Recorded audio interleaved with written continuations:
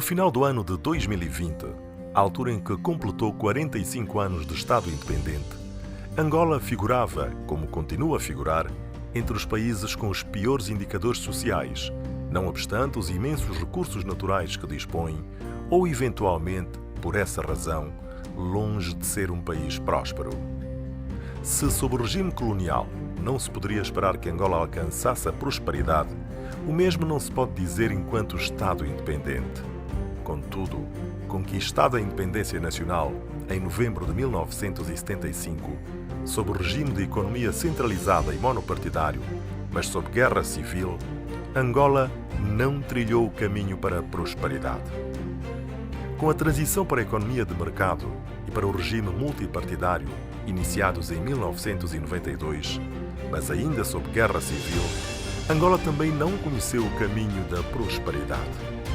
Alcançada a paz em 2002, que gerou fortes expectativas do país finalmente vir a trilhar o caminho para a prosperidade, mesmo com a acentuação do boom da produção e do preço do petróleo bruto, iniciado em 1982 e que veio a durar até 2015, Angola não enveredou pelo caminho da prosperidade. Com a adoção da Constituição da República de Angola de 2010, em fevereiro desse ano, e a declaração do Presidente da República de então, José Eduardo dos Santos, de uma política de tolerância zero à corrupção, parecia que, finalmente, Angola iria mudar de rumo. Mas, 7 anos depois, as expectativas viram seguradas. Entretanto, mais uma vez se criaram expectativas com a mudança da liderança do país em 2017, na pessoa do Presidente João Lourenço, que assumiu também a liderança do partido no poder em 2018. Mas depois das medidas inauditas e tidas como corajosas de abertura da imprensa e combate à corrupção que tomou, manifestou-se a percepção de que a sua gestão se vinha assemelhando à do anterior Presidente da República, quanto mais nos aproximávamos da data das eleições gerais seguintes, agendadas para agosto de 2022. Entretanto, a oposição política vem se empolgando com a possibilidade de uma alternância no poder, prometendo levar o país à prosperidade que ainda está longe de alcançar.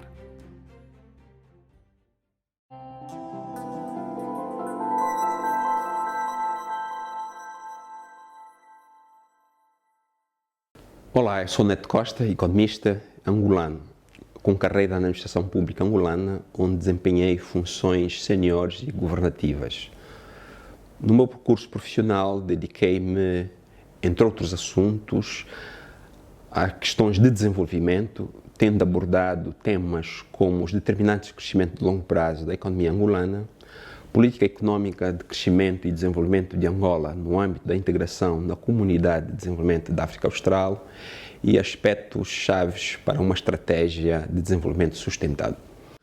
Ora, hoje venho propor-lhes a obra Angola 1975-2020, um percurso de empobrecimento e eventual caminho para a prosperidade, da minha autoria, onde, baseando-me numa vasta literatura, como os trabalhos de William Easterly, Paul Collier, Richard Rolle e John Talbot, Achemolo Johnson e Robinson, Carlos Rocha de Lolo, Fernando Pimenta, Nuno Valério, Jonuel Gonçalves, Nuno Vidal, Catarina Gomes e Paulo de Carvalho, entre outros, apresento uma perspectiva das razões que terão determinado que Angola não seja ainda um país próspero e o facto de uma eventual alternância política não garantir que isso suceda. Proponho também qual pode ser a chave para que finalmente Angola conheça o caminho da prosperidade. Convido-os por isso à leitura. Muito obrigado.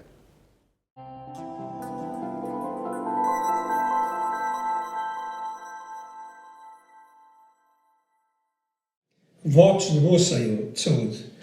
Começo por agradecer o honroso, simpático e inesperado convite para fazer um comentário geral ao livro Angola 1975-2020, um percurso de empobrecimento, o eventual caminho para a prosperidade, de autoria do Dr. Manuel Neto Costa.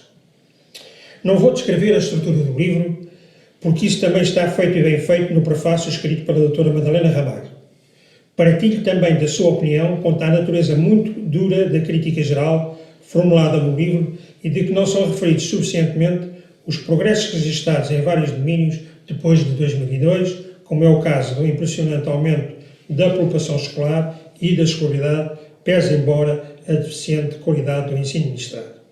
Não comentarei a descrição e avaliação da evolução do contexto político e constitucional, pois não me considero suficientemente informado nem sou competente na matéria. Vou, por isso, concentrar os meus curtos comentários no que considero as ideias-chave da notável caracterização elaborada pelo autor da trajetória da economia angolana desde a independência até aos nossos dias e do essencial das propostas para um futuro desenvolvimento sustentável.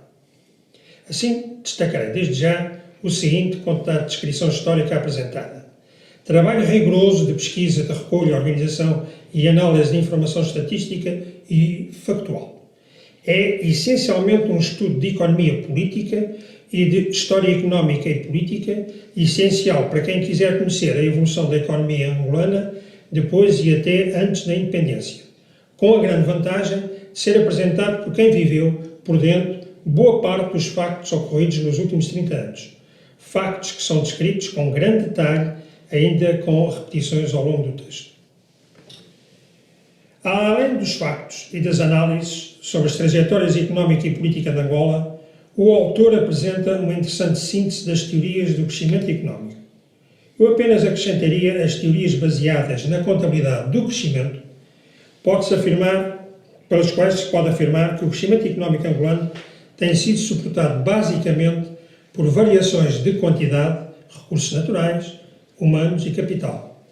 O contributo da produtividade dos fatores tem sido insignificante e menos ainda da produtividade global dos fatores, expressa através do residual de Denison, que agrupa fatores qualitativos, como conhecimento, inovação, capacidade de organização e gestão, que, presentemente, são a principal razão explicativa do crescimento em muitas economias. Será interessante fazer o seu cálculo para Angola. É referida a abundante e, muitas vezes, efêmera existência de planos e programas. A rapidez da sua sucessão é relativamente surpreendente, dada a longa estabilidade do suporte político-partidário da governação. Porque será a sua precariedade, dada a reconhecida qualidade técnica da generalidade dos documentos produzidos. Penso que tal se ficará a dever, designadamente, a fatores como deficiente modelo de governação, de raiz presidencialista de inspiração norte-americana, que concentra múltiplos poderes de decisão e executivos na Presidência da República, com sobreposição e conflito de competências, gerando bloqueios e atrasos na implementação de planos, programas e medidas políticas. Equipas ministeriais de grande dimensão em rotatividade, o que gera instabilidade na ação governativa, em particular nos últimos anos. Uma outra razão para o relativo insucesso de planos e programas é, para além da frequente instabilidade de recursos orçamentais, que depende da receita fiscal petrolífera, é quase a total ausência de uma cultura de avaliação, necessária para se poder fazer a crítica e a autocrítica. Os relatórios de execução são de tipo essencialmente administrativo. Uma das ideias centrais presentes no livro é a acumulação primitiva de capital, que terá sido utilizada pelo anterior Presidente da República para justificar a necessidade de dotar um grupo restrito de cidadãos e empresários nacionais dos meios necessários para o desenvolvimento dos seus negócios e de grupos económicos nacionais.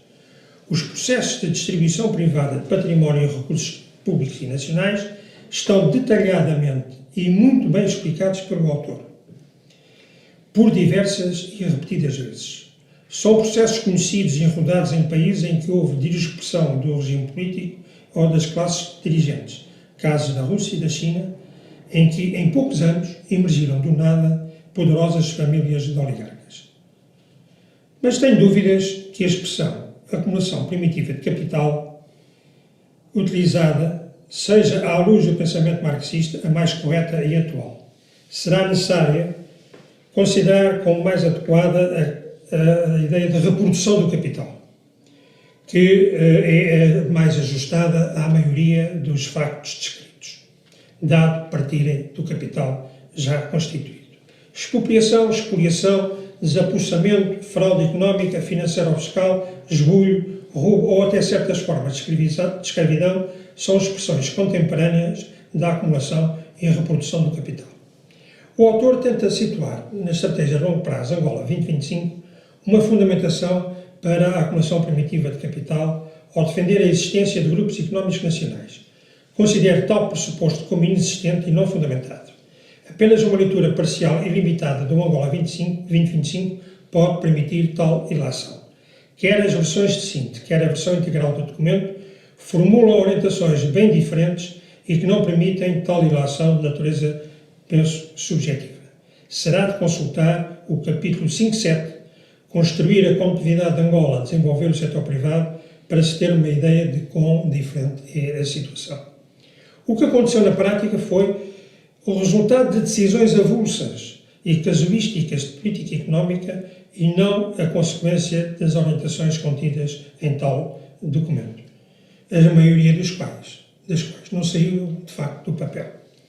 Convém ter presente, finalmente ainda, que os países que tiveram de sofrer a tragédia das guerras puderam beneficiar para a sua reconstrução de amplo apoio internacional, o que não aconteceu com Angola, apesar da tão prometida, para que houvesse paz, Conferência Internacional de Doadores, que nunca se concretizou.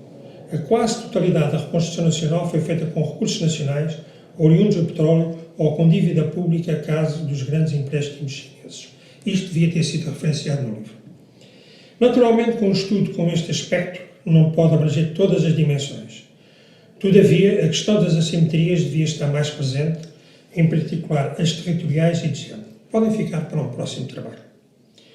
O autor não se limitou a fazer história económica e política, faz também uma formação sobre o futuro, através da sua abordagem para o desenvolvimento nacional sustentado. É muito feliz e significativa a afirmação de princípio que o homem deve ser o centro de toda a ação governativa, que subscrevo inteiramente. De facto, as políticas públicas devem assegurar a realização do potencial de todos e cada um dos cidadãos. Também me revejo na afirmação de que a independência económica é um elemento da segurança nacional e um suporte do desenvolvimento nacional sustentável. O mesmo será dizer que a necessária presença do capital estrangeiro e de investimento direto estrangeiro deve ser subordinada e não subordinada. A ausência de uma classe empresarial com conhecimento de negócio e competências de gestão técnica, como o autor muito bem refere, reforça afirmações anteriores sobre a necessidade do país dispor de uma classe empresarial forte e competente. Esta, a meu ver, uma das principais razões porque é tão lento o processo de diversificação da economia nacional, cujo tratamento no livro é muito genérico. Finalmente, uma interrogação. Já depois do livro estar escrito, eclodiu a guerra na Ucrânia.